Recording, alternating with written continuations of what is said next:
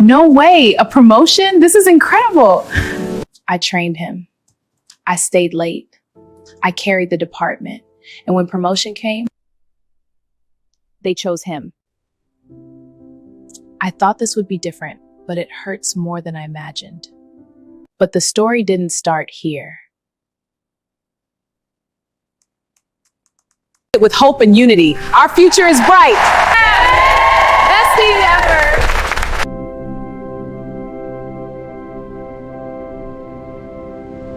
There are wounds that nobody sees when you smile in meetings, when you reply emails politely, when you say noted, thank you. But inside, something is breaking. This is the story of working hard and watching someone else rise on your efforts. This is the story of being competent but not connected, of being loyal but not chosen. If you have ever sat at your desk, staring at your screen, wondering what you did wrong, this story might feel familiar. When I got the job, I was grateful. Not the casual kind of grateful, the deep kind. The kind where you sit quietly after reading the email and your hands start shaking.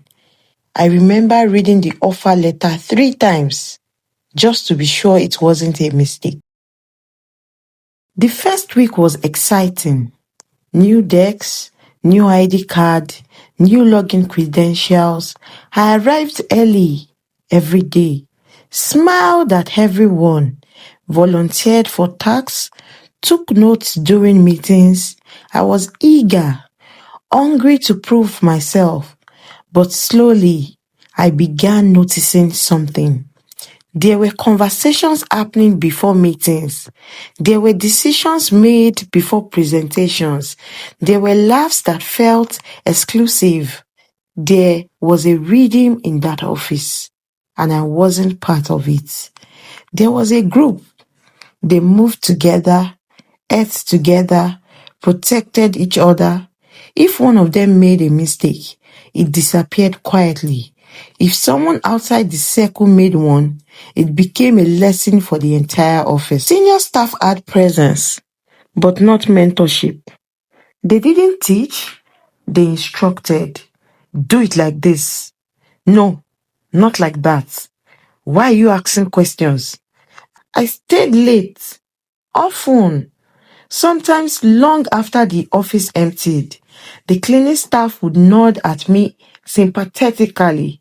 I told myself it was temporary. Hard work does not kill, right? But something strange started happening. My ideas, the ones I researched, prepared, refined, would appear in meetings, presented by someone else, with confidence, with applause, and I would sit there, silent, watching, learning a painful lesson. In some spaces, effort and recognition are not directly connected. And I would sit there, silent, watching, learning a painful lesson. In some spaces, effort and recognition are not directly connected. Promotion season has a particular atmosphere. You can feel it weeks before it happens. Whispers in the hallways. Everyone becomes slightly more alert, slightly more strategic. I wasn't anxious. I was hopeful. Not because I was entitled, but because I had earned it. I had the numbers, the performance reviews, the extra hours, the projects nobody else wanted. I had trained new hires. I had corrected reports quietly. I had absorbed pressure without complaining. For once, I allowed myself to imagine it. My name on the list, the recognition, the relief, the validation that effort still meant something. The announcement came on a Thursday afternoon. An email, short, formal, celebratory. I opened it calmly. I scanned the names once, then again, then slower. My name wasn't there. At first, I thought I missed it. Maybe it was under another department. Maybe I scrolled too fast. But no, it wasn't there. And then I saw it. The name of the person I trained. The one who often asked me for help. The one who used to double check their work with me before submitting. They had been promoted above me. The room suddenly felt smaller. I could hear laughter from another desk. Congratulations, clapping, excitement. I stood up, walked to congratulate them, smiled. Congratulations, you deserve it. And I meant it in one way, but in another way, something cracked quietly inside me. There were days I went home exhausted, not physically, but emotionally. I watched the newly promoted staff moving around. They looked tensed, checking their phones often, closing doors quickly, careful about conversations. I realized something surprising.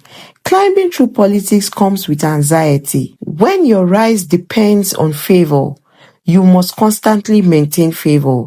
When your promotion depends on alliances, you must constantly protect alliances. It's unstable, it's loud, but it is fragile. Instead of fighting for visibility, I shifted inward. If they wouldn't promote me here, I would prepare myself for somewhere else. I enrolled in online courses, updated my CV, strengthened my skills, not loudly, not dramatically, quietly. While others were networking inside the office, I was building value outside it. While gossip circulated, I was learning. While alliances formed, I was preparing. It didn't give immediate satisfaction, but it gave me control. And sometimes, control over your own growth is more powerful than recognition. The email came on an ordinary afternoon. Another opportunity, a different organization, a different culture. The interview process was respectful. They asked about my ideas. They listened. They were curious. No intimidation, no hidden hierarchy. When the offer arrived, I didn't cry this time. I smiled because this one felt aligned, not desperate, aligned. It wasn't just a salary increase, it was dignity. The day I submitted my resignation letter was calm. No drama, no speeches, just a short professional email. I was called into a meeting. Suddenly, there were questions. Why are you leaving? Is there something we can do? Some doors don't close because you are rejected. They close because you've outgrown them. I thanked them for the opportunity, and I meant it, because even unfair seasons teach powerful lessons. On my final day, I packed my deck slowly. The computer where I once stared at a promotion list that didn't include my name. When I walked out of that building for the last time, the air felt different, lighter, not because everything had been perfect, but because I had chosen myself. Workplace politics will always exist. Favoritism will always exist. Imperfect systems will always exist. But here is the deeper truth. You do not have to lose your character to survive them. You do not have to become what hurt you. You do not have to trade your values for visibility. Yes, integrity can feel slow. Yes, quiet growth can feel invisible. But it builds something stronger than fast promotion could ever. If you are watching this and your name wasn't on the list, if you've ever trained someone who was later promoted above you, if you've ever questioned your worth because of office politics, listen carefully. Delay is not denial. Silence is not insignificance. And being overlooked does not mean you are incapable. Sometimes You are not being rejected. You are being redirected. Sometimes the room you are fighting to stay in is too small for who you are becoming.